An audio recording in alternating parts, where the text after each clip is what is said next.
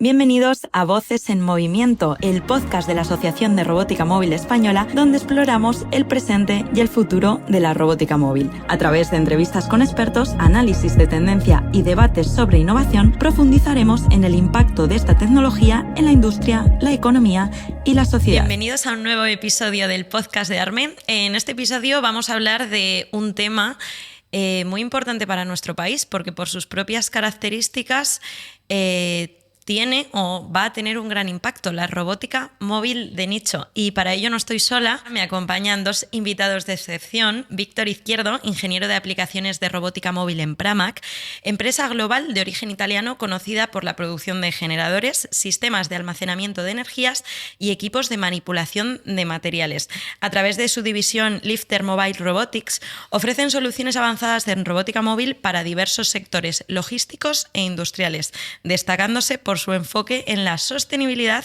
y en la innovación. Ahí queda eso. Bienvenido, Víctor. Muchas gracias. Y también nos acompaña Sergio Navarro, director de robótica móvil en Bull Robotics, un referente español en robótica móvil autónoma, especializado en AMRS y soluciones inteligentes para la automatización de procesos industriales y logísticos. Tampoco nada mal, ¿eh? Bienvenido, Sergio. Muchas gracias. Hoy analizamos algo muy importante y que supone un potencial diferenciador para nuestro país, la robótica de nicho. Por poner un poco el contexto, necesito que expliquéis un poco qué es esto de la robótica de nicho, a qué nos referimos con robótica de nicho y por qué esto es algo tan importante o lo va a ser para España. ¿Quién es? ¿Soy yo? Vale. Adelante. A ver, la robótica de nicho es un tipo de solución que de alguna manera se enfoca más en los detalles específicos que pueda tener una situación. Una solución que no sea tan estándar y flexible, pero que de alguna manera ataque una necesidad de una manera más específica, por lo cual puede ser y llegar a ser más eficiente a la hora de resolver esa situación. Por si hay algún oyente o alguien que nos esté viendo que no tenga el concepto muy interiorizado, hacedme o decidme un breve ejemplo de qué es robótica de móvil convencional, por así decirlo, una solución de robótica móvil convencional y algo que sería de nicho. Vale, a ver, por ejemplo, robótica móvil convencional o vamos a decir más generalista, podría ser pues apiladores, por ejemplo, como Bull Robotics que tiene, nosotros, Pramac, también tenemos ciertos modelos que son más estándar e intentan atacar una necesidad más global. Uh-huh. Robótica de nicho podría ser, por ejemplo, no sé qué decirte, el transporte, por ejemplo, de bobinas metálicas. La aplicación con la cual tienes que coger esa bobina es muy específico, el peso es muy específico. Son aplicaciones que esa misma máquina, ese mismo AGV o AMR, sería muy difícil o imposible casi de integrarlo en otro sistema. ¿Por qué esto va a suponer, o se dice, ¿no?, que va a suponer una revolución para nuestro país? Yo pienso que es una lucha de gigantes y me explico. España fue un país pionero en la robótica móvil y se comenzó a automatizar desde el principio haciendo un producto muy estándar. No obstante, el conocimiento quedó, pero el resto de países, pues veamos China, veamos Estados Unidos, el resto de países rápidamente nos han cazado. Y ahora ha llegado un punto en el que o te especializas o mueres. Entonces, el por qué es tan importante para España es por ese motivo, porque ahora o nunca tenemos el conocimiento, tenemos la habilidad, pero ya no tenemos la capacidad de ser competitivos económicamente. Y es en el nicho donde encontramos un punto para aportar valor. Es en el nicho donde podemos cambiar el paradigma de la robótica móvil. Aquí un ejemplo al hilo de lo que decía Víctor es en el caso, por ejemplo, en las bobinas, en la industria del papel, hay un gran movimiento de paletizadoras, de palets, donde vas a recoger, vas a mover de un punto A a un punto B, pero también nos vamos a encontrar unas bobinas muy grandes, unos cilindros, para los cuales existen unos vehículos de horquilla capaces de dar un abrazo a la bobina y de moverlos de un punto a otro. Entonces, eso es el nicho. Es decir, estará la máquina para las bobinas y estará la máquina estándar. La máquina estándar será complicado que en España destaquemos, pero una compañía de nicho capaz de ser el mejor en el mundo moviendo bobinas de papel puede ser una pequeña revolución para el mercado. Entiendo que también funciona un poco por sectores, ¿no? Hay sectores igual como la automoción, que lo hemos tratado en otros podcasts, o la logística, que igual ya está más instaurada esa robótica más de móvil convencional. En esta robótica de nicho, estos años o los últimos años, como empresa especializada en soluciones, empresas especializadas en soluciones de robótica móvil, ¿qué sectores han sido los que más se han ido interesando o demandando, ¿no?, estas soluciones? Porque al final me imagino que son las propias empresas las que tienen un problema, tienen que solucionar algo, automatizar algo, y la solución de nicho es la que nace después. Sí, es realmente la dificultad que se vayan encontrando.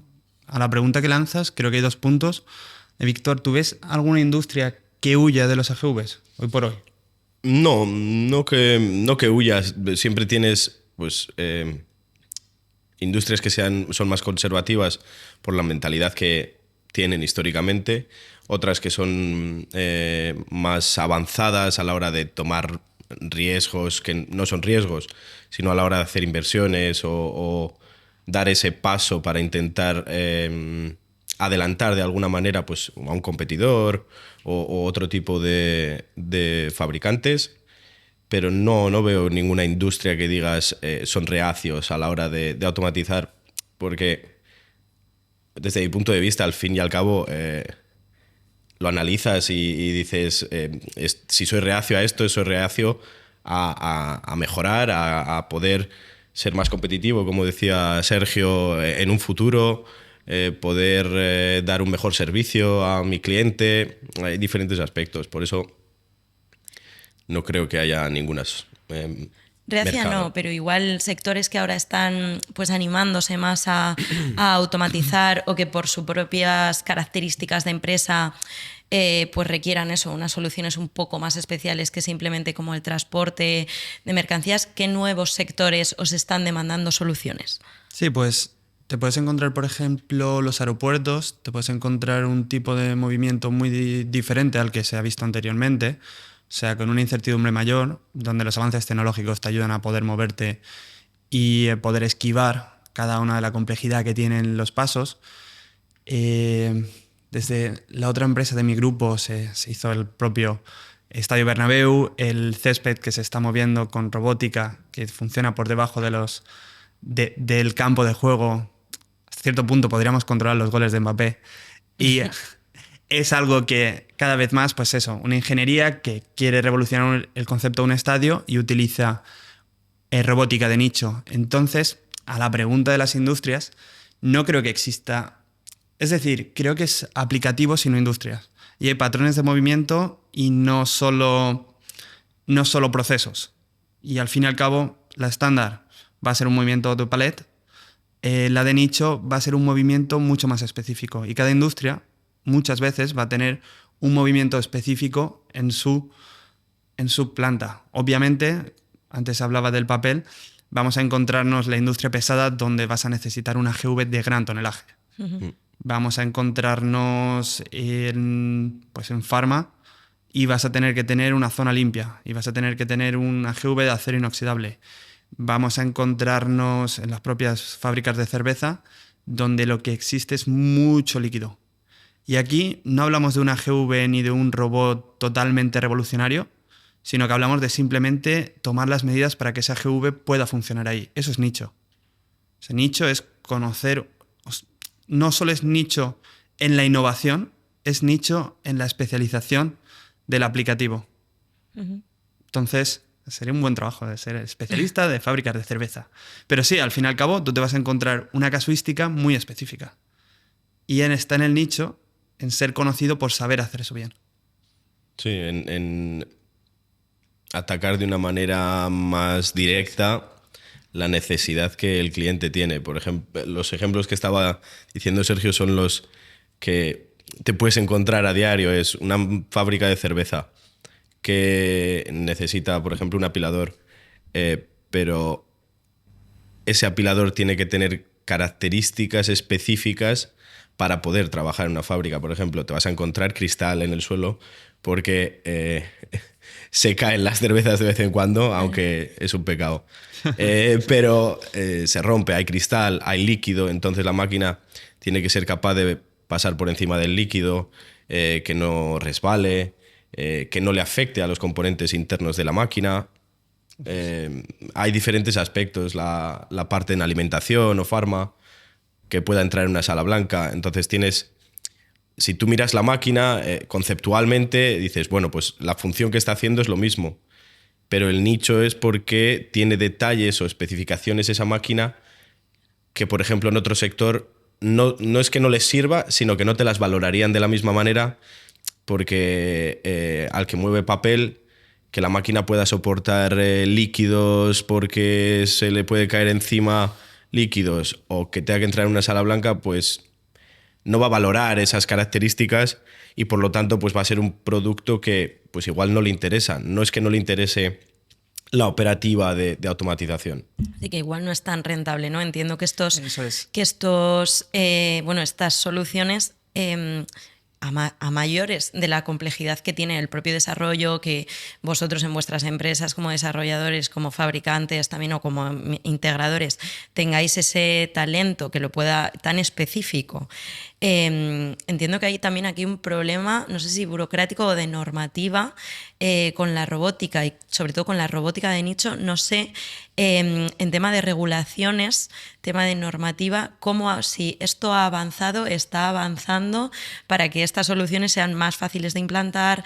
Al ser más específicas, entiendo que también hay normativa más específica. Lo que comentabas de la sala blanca es un tema de normativa de alimentación, ya no es... Sí. Entonces, claro, ¿cómo ha habido, no sé si ha habido avances o que estén ayudando a esto o encontráis problemas? Yendo al nicho, creo que la normativa es muy compleja porque muchas veces serán cosas que no se han hecho nunca. Y aquí lo que sí nos encontramos desde Europa es la dificultad para combatir contra la duda ante la regulación. O sea, eso se puede ver el ritmo que puedan tomar países como todos los asiáticos en este punto o el propio Estados Unidos en cuanto al ritmo en el que van a implementarlo. Y de hecho, esto no es un mensaje malo, ya que Europa aporta un gran valor a la industria. Sí que, si por ejemplo yo quisiera emprender en una tecnología de nicho, no recomendaría circunscribirse únicamente al espacio europeo. Abrir la mente, no por solo no empezar aquí, no puedas hacerlo fuera. Al fin y al cabo, un nicho muy específico puede ser el militar. Ahí la regulación va a ser enorme y va a cambiar por países. En ese entorno también va a ser importante tener expertos que puedan conocer la regulación, conocer la seguridad, cerciorarse que no va a ocurrir nada en planta. Ahí la seguridad, nosotros trabajamos con partners siempre enfocando en eso, en encontrar los puntos débiles y poder subsanarlos y poder conocer qué es lo que te está pidiendo la normativa y qué le va a aportar al cliente seguirla en sí. Hemos hablado, ya hemos sacado varios sectores de esto que comentábamos al principio. ¿Qué sectores? Me habéis mencionado las cervezas, alimentación, ahora militar. Te pregunto a ti, Víctor, por el hecho de que tu empresa sois expertos también en soluciones y en energía, ¿cómo afecta o cómo ves que está evolucionando la robótica móvil de nicho precisamente en el sector de energía ahora también tan en auge, ¿no? Sí, a ver, en la conexión entre ambos, sobre todo para la parte de robótica móvil, cuando se plantea el problema de la eficiencia energética, nos vamos a dos aspectos que normalmente son los más cruciales a la hora de dar una solución eficiente, que es uno, la autonomía de la máquina, porque obviamente es una máquina 100% automática y el objetivo es que trabajes sin intervención humana. Entonces, la autonomía de la máquina es muy importante. Y el segundo aspecto es la carga de esta propia batería. el poder hacer cargas de una manera autónoma también es muy importante. Hay diferentes sistemas, pues con contacto, que es vamos a decir, el más estandarizado. Ahora con sistemas de inducción, por ejemplo, nosotros utilizamos un sistema de inducción. El objetivo es poder dar una eficiencia a la hora de cargar y que la máquina esté el menor tiempo no operativa.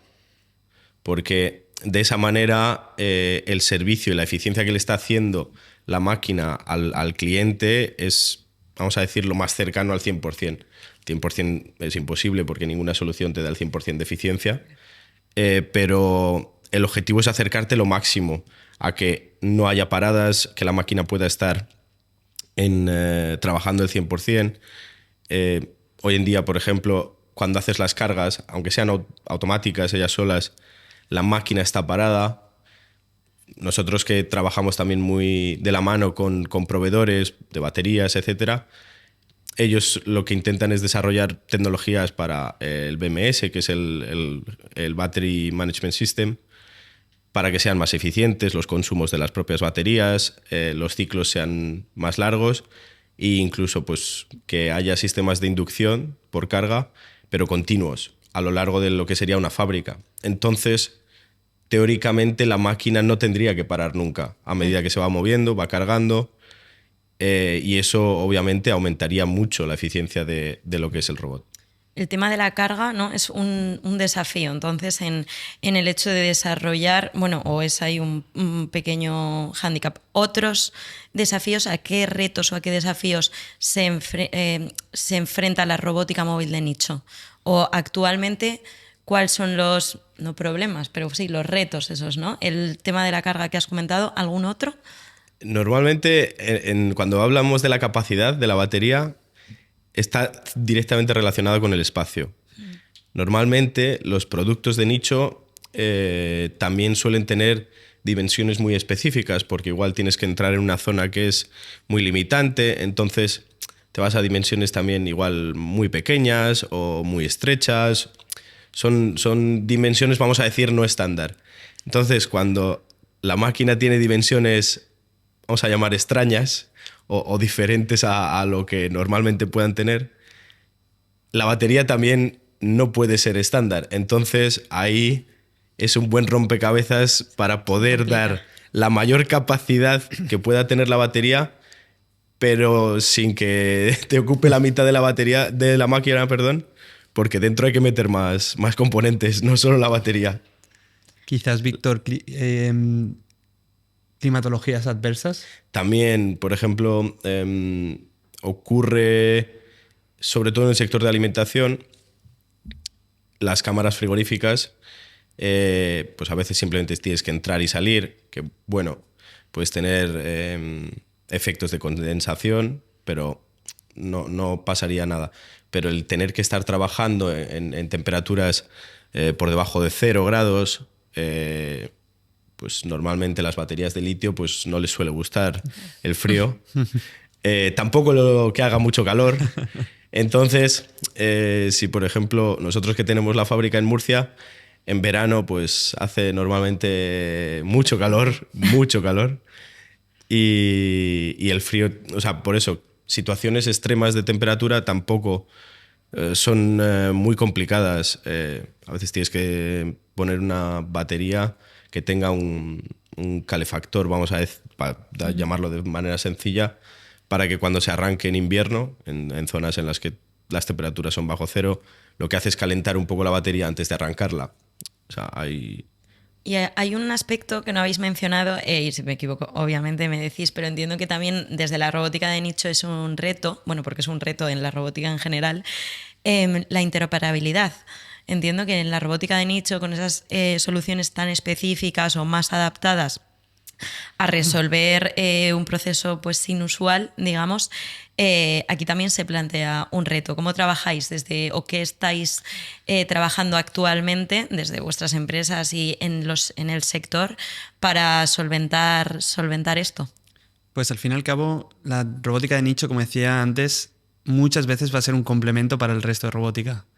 Y a mí me gustan mucho los documentales, sobre todo a la hora de la siesta. Y tenemos el caso de las ballenas con todos estos pajaritos que están alrededor comiendo sobre ellos. Al fin y al cabo, si lo pensamos en el binomio que yo monto con DTA y Bull Robotics, vamos a tener movimientos de cargas muy grandes donde vamos a tener que cargar al propio AGV con otros AGVs. Es un proyecto que hemos hecho en un parking y de hecho hemos visto otros proyectos por el estilo en los que tú, por ejemplo, creamos un trenecito donde estás moviendo cargas muy pesadas.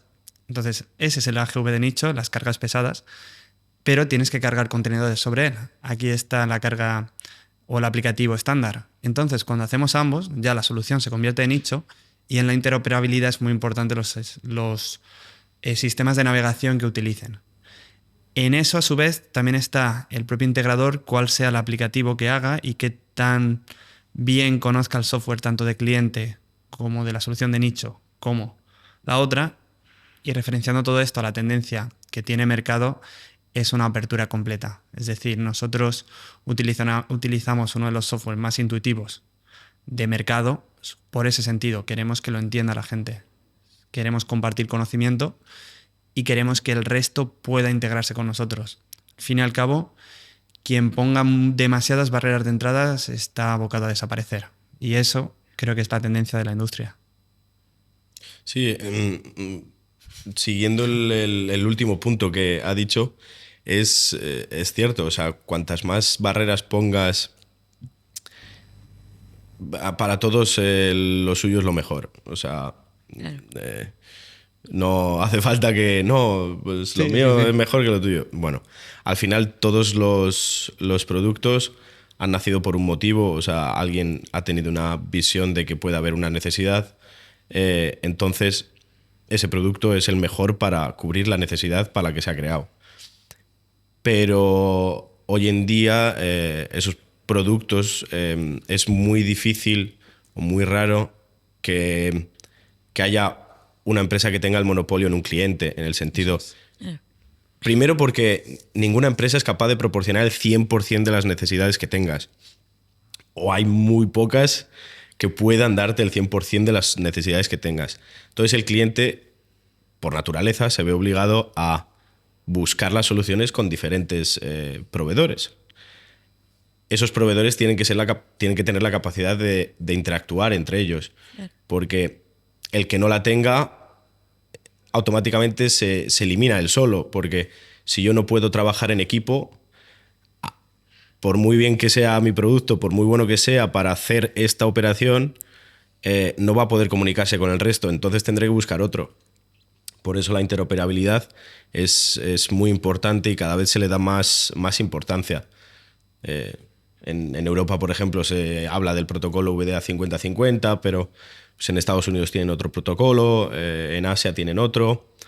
Sí que sería interesante que se englobe en un estándar, porque no todos los fabricantes van bajo los mismos requisitos. Pues tienes fabricantes asiáticos que venden en Europa, tienes fabricantes europeos que venden en Estados Unidos, los de Estados Unidos también en Europa. O sea, al final es un mundo global. Intentas abarcar lo máximo que puedas. Y cuando tienes estándares, pero tampoco son estándares globales, es como un poco hecho a la mitad. Entonces sí que creo que esa es la dirección que se está tomando, intentar crear un estándar global, pero va con calma por lo que ha dicho Sergio. Hay muchos pues que tendrían que dar ese paso hacia adelante y decir, venga, voy a hacer que mi software también sea... No abierto, pero de alguna manera abres un poco lo que es tu conocimiento para decir, vamos a hacer que todo se pueda comunicar y que dé igual si utilizas mi máquina o la de otro. Pero poco a poco yo creo que esa mentalidad cerrada de conservador de, no, si quieres, coge lo mío, se está perdiendo, porque yo creo que, quieran o no, están viendo que la tendencia es esa. O te adaptas o mueres. Eso es. O sea, tomar un poco conciencia, ¿no? Entiendo que vosotros ya, muchas de las empresas ya saben que esto es importante y que esto se va a requerir, y es no sé si ya pensáis, antes de pensar en la solución, pensáis en que esa solución se va a tener que conectar con otras. Sí. ¿No? Un Sí, poco... sí, te ves obligado. O sea, Como no lo pienses antes de hacer, o sea, antes de hacer ningún producto, tienes que pensar dónde lo vas vamos a decir, el objetivo de dónde podría estar trabajando y en qué ambiente, porque está chulo de desarrollar lo que nos gusta, pero luego si no lo vendes, está ahí, lo puedes Claro. ver todos los días, pero al final para desarrollarlo se necesita dinero, así que la empresa tiene que de alguna manera generarlo. sí. Tiene que ser eso vendible No tienes que vender algo que comprarías tú, tienes que vender algo que solucione el problema de muchos y que te comprarían muchos. Claro. Para que sea un negocio, si no, pues... Respecto a esto, entiendo que en el nicho que se está, pues al final innovando, como dices, todo el tiempo, a veces forzado, ¿no? Porque tú igual no pensabas en eso, pero para dar una solución, ¿cómo está afectando la incorporación de nuevas tecnologías como, bueno, la visión artificial, la inteligencia artificial al sector, a las soluciones de robótica móvil de nicho? Pienso que, como a todas las demás, está ayudándole en gran medida pues, cosas como la propia visión, la inteligencia artificial aplicada en ese segmento, por ejemplo, pues te va a ayudar a una integración más sencilla. Al fin y al cabo, y de nuevo, el nicho puede cambiar y va a tener una interoperabilidad, va a tener una conexión con otros elementos en la fábrica. Entonces, la inteligencia artificial va a ser un facilitador de esos intercambios de información. Tanto qué está viendo la máquina, como qué está sintiendo la máquina, como qué quiere compartir la máquina. Y por sentir, para que se pueda entender más sencillamente, es, por ejemplo, que si tú le pones un sistema de pesaje, que sea capaz de pesarlo y que sea capaz de compartirlo. Entonces, no va a ser necesariamente inteligencia artificial, va a ser innovación, pero es verdad que una vez hecho uno, también va a encontrar una solución que va a compartir al resto. Y ese es un poco ese efecto ampliación que se pueda generar. Entonces, en el nicho creo que se va a ver beneficiado como todo lo demás. No creo que haya no sé si... Sí, yo creo que se va a ver beneficiado y el objetivo es que esas tecnologías que están emergiendo ayuden a, pues de alguna manera, igual que lo que hoy consideramos aplicaciones de nicho, se conviertan en aplicaciones estándares en el futuro. Claro. Buen punto. Porque yo imagino que aplicaciones que hoy vemos como generales de no hay ningún problema, igual hace 20 años había alguien rompiéndose la cabeza para dar la solución para esa aplicación exacta. La tecnología crece y aumenta no proporcionalmente, sino exponencialmente. Ya lo vemos con todos los avances que salen en todos los ámbitos y yo creo que el objetivo es eso, que hay aplicaciones de nicho de hoy en día que desaparezcan de ser nicho y se conviertan en una aplicación más que si quieres automatizar puedas. Y respecto a esta tecnología, claro, yo sé que hablando de robótica móvil de nicho y de nuevas soluciones, esto también está un poco capado, por así decirlo, no podemos hablar mucho porque son los nuevos desarrollos, entonces hay que mantener esa privacidad, ¿no? Pero ¿en qué se está? ¿En qué tecnologías o qué soluciones ahora se están demandando? ¿Estáis trabajando alguna que nos podáis contar? ¿Y cómo lo implementáis o cómo se está utilizando para que esos robots móviles sean cada vez más autónomos, sean cada vez más eficientes, sean todo más sostenible? Pues está la interoperabilidad y la comunicación. El proyecto que mencionaba anteriormente es un claro ejemplo, una colaboración en un parking en el que yo bajo con una GV a medida y recojo desde ese GV a medida con unos apiladores estándar. Eso se tiene que comunicar y tienes que limitar al máximo los tiempos que puedas tener entre una operativa y la otra.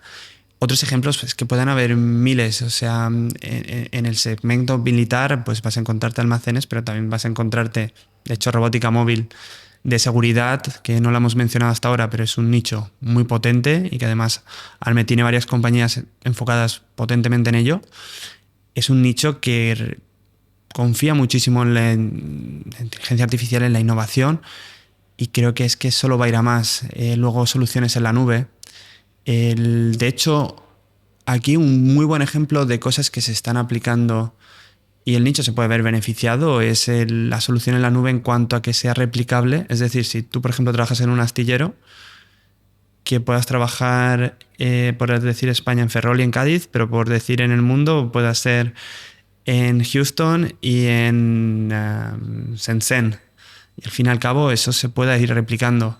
Entonces, el poder tener las soluciones, el poder moverlas, el poder... me ha gustado mucho la frase de Víctor de hacer el nicho estándar dentro de que tú, y en este caso España, tengamos a los especialistas en eso, porque muchas veces te van a mirar por las referencias y te van a mirar por tus historias de éxito. Entonces, no te tiene que dar miedo que el nicho sea estándar, pero tienes que ser el mejor en ese nicho. Y es ahí donde creo que deba ir. ¿Qué tendencias en este sentido entonces creéis que van a marcar la robótica móvil de nicho en los próximos 10 años? O sea, la idea es intentar que sea de nicho, ¿no? Al final, por hacerlo por pura productividad, que se convierta en estándar. Pero ¿cuál es la tendencia? Yo creo que uno de los aspectos que más va a crecer en relación a la robótica móvil para de alguna manera situaciones de nicho se conviertan en hasta cierto punto estándar, es el uso de la inteligencia artificial y algoritmos de aprendizaje. Que no tenga, vamos a decir, que la persona que configura una instalación, que hace una instalación con un AMR, no tenga que pensar el 100% de casos posibles que puedan ocurrir. Porque eso obviamente aumenta mucho los tiempos de instalación, los costes, etc. Que pueda pensar los casos más generales que puedan ocurrir, y que a medida que vayan ocurriendo casos diferentes, la propia máquina vaya aprendiendo y los vaya guardando y la manera de actuar en esos casos. Eso yo creo que ayudaría mucho a que aplicaciones de nicho, en la cual tienes que pensar el 100% de las situaciones, las simplificaría bastante. Y luego lo que ha dicho él, de replicar la capacidad de poder simular al 100% lo que ocurriría en un sitio, sin tener que físicamente estar ahí y ver que, vale, sí, ha ocurrido esto, hace que una aplicación de nicho, cuando vas allí a instalarlo, sea más sencillo y lo puedas replicar, porque una misma empresa, sí que es cierto que no todas las fábricas, no todos los astilleros, aunque los haya hecho la misma empresa, son iguales, pero tienen un cierto estándar que tienen que compartir. Entonces hay una buena parte de la aplicación que la puedes trasladar de uno a otro. Y eso, buscar esa eficiencia, ¿no? O sea, claro. ¿Creéis que en este caso la sostenibilidad está teniendo un impacto en el desarrollo de estas soluciones? ¿O de que se acelere su estandarización o su desarrollo? Sí, desde luego. De hecho, quiero volver al punto de antes solo para añadir que creo que va a marcar la tendencia en la robótica móvil de nicho, y es el concepto del robot as a service, el robot como un servicio. Hoy por hoy una de las cosas que asusta a todo el mundo en el nicho es el CAPEX, es la inversión inicial, es cuánto voy a tener que pagar. Y eso asusta a cualquiera, sobre todo a compras, a cualquiera. Y muchas veces se pone en riesgo el valor del producto. Es decir, no, reduzco características, reduzco puntos de la máquina para que hacerlo más barato, y ese es un concepto muy equivocado. Yo puedo entender que se pueda tener un presupuesto, pero muchas veces hay que buscar por el bien operativo. Y aquí es la gran revolución que creo que va a marcar el mercado de aquí a los próximos 10 años. Ese concepto de robot as a service, de paga por uso. De incluso que el mismo propio robot pueda ser utilizado ahora en un sitio y después en otro. Y que si tienes una estacionalidad, pues, por ir a algo más claro, fábricas de helado, pues que obviamente tú vayas a necesitar muchas en verano y vayas a tener que trabajar con muchos AGVs, que puedas utilizar ese nicho en ese momento, que vayas a pagar por lo que hayas utilizado, y si se ha llevado un buen mantenimiento se puedan llevar, por ir a un ejemplo muy burdo, pero que alguien tenga una compañía en España, otra en Argentina, y pueda cambiar el AGV de un lado a otro. Claro. No es sencillo, pero creo que ese concepto de Robot as a Service es el que va de verdad a revolucionar todo esto. La parte de estacionalidad también hay muchos sectores que les afecta porque, bueno, ahora vemos que el sector de automoción está sufriendo una estacionalidad, si la queremos llamar así, pero hay sectores o empresas que de por sí tienen estacionalidad. Nosotros en Italia tenemos un cliente que, por ejemplo, en las fechas de Black Friday, Navidad, Semana Santa, la cantidad de paquetes y ropa o cosas que tengan que enviar aumenta exponencialmente. O sea, pasan igual de trabajar a 1 o 2 turnos a trabajar 4. Entonces, no puedes, vamos a decir, calcular una instalación para esos 3-4 momentos del año. Pero tienes que tener los recursos. Pero de alguna luego, manera, esos 3-4 momentos del año los tienes que cubrir. Claro. Entonces, el concepto de Robot as a Service también les permite, es decir, yo no puedo hacer una inversión para solo cubrir esos 4, porque, claro. por poner un ejemplo, necesito 10 máquinas trabajando esos 4 momentos, que sí son 4 meses, pero los otros 8, solo necesito 3, por decir un número. Entonces, ¿qué hago con los otros 7? ¿Hago la inversión de los 10 y entonces el retorno de la inversión me va a 10 años porque solo la saco claro. en esos 4? ¿O hago la de 3 y los otros 4 meses estoy hasta aquí de trabajo y no doy abasto? Entonces, el poder ofrecer eso como un servicio les hace que tengan menos miedo a, por ejemplo, meterse en una inversión de automatización. Entiendo que esto también les va a suponer, bueno, que se centre en la estacionalidad, la robótica móvil de nicho, al sector de la agricultura, por ejemplo, más incipiente, que a ellos sí que están muy afectados y al final es la naturaleza por estas estacionalidades, ¿no? Correcto. Totalmente. De hecho, antes eso, a la pregunta de sostenibilidad, yo creo que la clave para la sostenibilidad está en el retrofit del producto, en la vida útil del producto. Es decir, sobre todo en el nicho, cuando tú haces una de las máquinas, la máquina debe durar. Desde ETA, una de las cosas que vimos en el grupo, también en Bull Robotics en este caso, es el mantenimiento de la máquina. Y muchas de las máquinas han durado 20 años y ha llegado el punto en el que el cliente dice, oye, es que me funciona, me gusta el concepto. Claro. Y no necesito una nueva, necesito el concepto, simplemente retrofitéamelo. Es decir, hazlo funcionar 20 años más. Entonces, la sostenibilidad, desde luego, con estos señores podemos aprovechar los avances en la batería. Con los partners que podamos tener en navegación, aprovecharemos la innovación de la tecnología del momento, pero después apliquemos lo que ya se tiene, no lo tiremos. O sea, cojamos y hagamos un retrofit, que sea una solución potente, y hay muchas veces lo que funciona no hay que tocarlo. Entonces, la sostenibilidad está también en el raciocinio. No todo es hacer una revolución de los materiales, que también, sino vamos a pensar lo que ya se tiene y a hacerlo madurar. Sí, en el consumo, vamos a decir, más social, sí que estamos más acostumbrados a, no sé, cambiar el móvil cada 2-3 años. Claro. O incluso menos, algunos. Pero a cambiar lo que tenemos como con menos importancia, lo cambiamos y no pasa nada. Pero cuando ya vamos a soluciones tecnológicas, se utiliza mucho la frase que ha dicho Sergio de si funciona no lo toques. Entonces, cuando el cliente tiene una solución que le has implantado, que está contento, que le gusta y lleva 15 años la solución funcionando, obviamente de alguna manera quiere actualizarlo, pero no quiere que le vendas un producto nuevo o que le hagas una instalación nueva con tecnología diferente. No, simplemente es pégale un lavado de cara a esto y haz lo que pueda trabajar otros 15 años porque o sea, me está funcionando y funciona muy bien.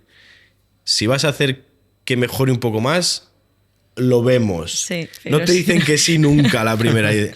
Lo vemos porque Eso me pasa a mí con mi coche. Hay miedo. Eso es. Es decir, no sé, pues llevas el coche al mecánico, Sí. tienes que cambiar las ruedas. Buah, pues tengo unas ruedas nuevas que cuestan menos, se van a agarrar. Bueno, Desconfías. vamos a verlo. Muchas veces es que el mecánico no te muestra el valor, no te dice Claro, cuánto te vas a ahorrar o sea, en gasolina por las ruedas nuevas. Aquí también tenemos que Claro. cambiar el concepto. Por eso, existe ese miedo de decir, si es que tengo algo funcionando, no quiero que me pongas algo nuevo. O sea, confío en ti, no te preocupes, ya me hiciste esto, simplemente pégale un lavado de cara. El concepto del retrofit, si hay tecnología, obviamente, hay tecnología que ha mejorado mucho en 15, 20 años, que lo que era eficiente en su día cuando se hizo, le puedes dar obviamente un valor añadido muchísimo más Eso amplio es. ahora con todas las mejoras de tecnología. Pero ahí el cliente no tiene miedo porque sabe que el cambio no va a ser mejorar de un 5 a un 6, va a ser igual mejorar de un 5 a un 15. Y eso hoy en día en las empresas es aumentar su competitividad en el mercado una barbaridad. Habéis hablado, y con esto ya despedimos un poco el podcast, habéis hablado mucho del miedo, ¿no? Y es algo que oímos mucho en robótica, en el ámbito tecnológico, que todavía muchas empresas o muchos sectores siguen teniendo pues, un poco de miedo, reticencias, sobre todo también a la inversión. ¿Qué consejo le daríais tanto a emprendedores y empresas que quieran invertir en robótica móvil de nicho, pero también como a esas empresas que ya se dedican a la robótica o a soluciones de robótica móvil más convencionales, para que se animasen a innovar y a invertir en robótica móvil de nicho? Que no hagan de la robótica un hobby. Es decir, que pregunten al mercado qué necesitan, que se apoyen en asociaciones como ARME para descubrir lo que de verdad se demanda y entonces pongan su foco, tanto las existentes como las por venir. La innovación va a llegar, tenemos las herramientas para hacerlo, tenemos el conocimiento. Es un espacio realmente colaborativo donde todos estamos abiertos a compartir y cualquier solución, es más, no vea a la competencia como competencia, sino como colaboradores. Cualquier solución puede llevar a que podamos crear un ecosistema en el entorno. Entonces, que se atrevan, desde luego, pero que no lo piensen como un hobby, que no hagan la solución que ellos tienen en mente, que hagan la solución que el cliente tiene en mente. Esto suena a que alguna vez os han pedido alguna cosa o que os suelen demandar, ¿no? Soluciones que igual no. Siempre ha habido la típica idea que la planteas y luego te pones a pensarlo y dices, pero en realidad, ¿dónde se va a poder... o sea, este producto, ¿dónde se va a poder utilizar? Y tampoco te salen tantos...